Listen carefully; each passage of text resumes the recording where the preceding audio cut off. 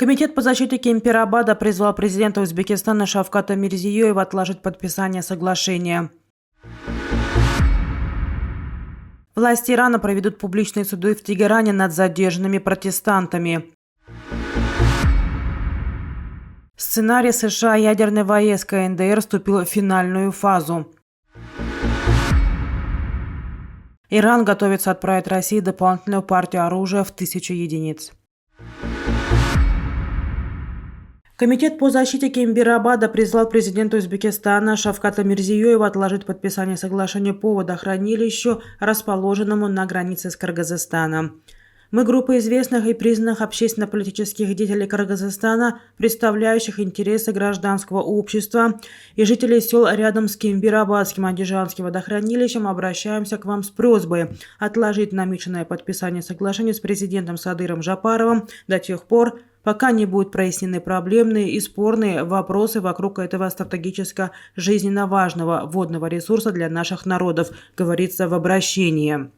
Его авторы заявляют, что некоторые документы, являющиеся частью оформляемого соглашения между двумя странами, проталкиваются с грубым нарушениями конституционных норм, установленных законов, политических основ и демократических достижений Кыргызской республики. В частности, отмечается, что вопрос принадлежности водохранилища обсуждался Комитетом по международным делам, обороне, безопасности и миграции Жугорку Кенеша Кыргызстана всего 2 раза. При этом обсуждение проходило в закрытом для общественности режиме. Депутатам не была представлена полная информация по вопросу. Граждане, как хозяева своей земли, в полном праве требовать обнародования подписываемых между двумя президентами документов, так как речь идет о долгосрочных интересах двух стран, подчеркнули авторы обращения. Власти Ирана проведут публичные суды в Тегеране и других городах за пределами столицы над 2000 задержанных в ходе протестов, начавшихся после смерти 22-летней Махсы Амини. Подозреваемые обвиняются в атаках саботажа, включая убийства и поджоги, об этом сообщает Arab News. По словам главы судебной системы Ирана Гулама Хусайна Мохсани Инджея, задержанные участники протестов, намеревавшиеся свергнуть режим, зависят от иностранного влияния и будут наказаны в соответствии с правовыми стандартами. Власти не сообщили, сколько человек было арестовано по всей стране. По данным правозащитников, общее число арестованных составляет 14 000 человек. Информационное агентство иранских правозащитников также сообщило, что 284 человека, включая 45 детей, были убиты силами безопасности в ходе подавления протестов. Отмечается, что 35 сотрудников службы безопасности также были убиты. До сих пор в стране не стихают протесты. Они сопровождаются столкновениями с правоохранителями, охватили несколько городов, включая столицу Тегеран.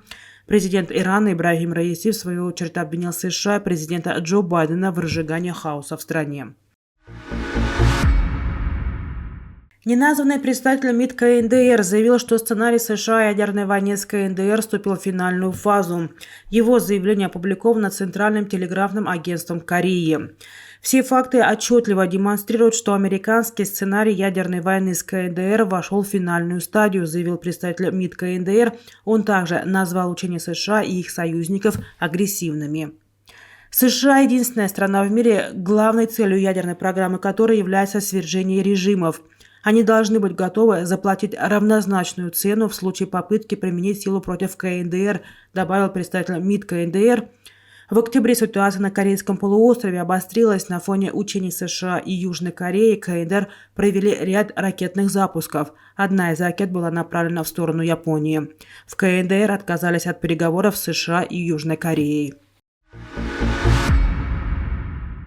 Иран готовит отправить России примерно 1000 дополнительных единиц оружия, в частности баллистических ракет малого радиуса действия «Земля-Земля» и больше ударных беспилотников. Об этом сообщает CNN со ссылкой на чиновников западной страны, внимательно следящих за программой вооружения Ирана. Это будет не первый случай, когда Иран поставит в Россию передовые высокоточные управляемые ракеты, что может дать Кремлю значительный импульс на поле боя, отмечают американские СМИ. По словам чиновников, последняя партия оружия из Ирана в Россию включала около 450 беспилотников, которые россияне уже использовали для ударов по Украине. Пока точных сроков поставки этого оружия нет, однако официально лица считают, что оно будет доставлено до конца года. В сентябре Украина официально обвинила Иран в поставках оружия России и лишила иранского посла аккредитации. 18 октября министр иностранных дел Дмитрий Кулеба предложил Владимиру Зеленскому разорвать дипломатические отношения с Ираном.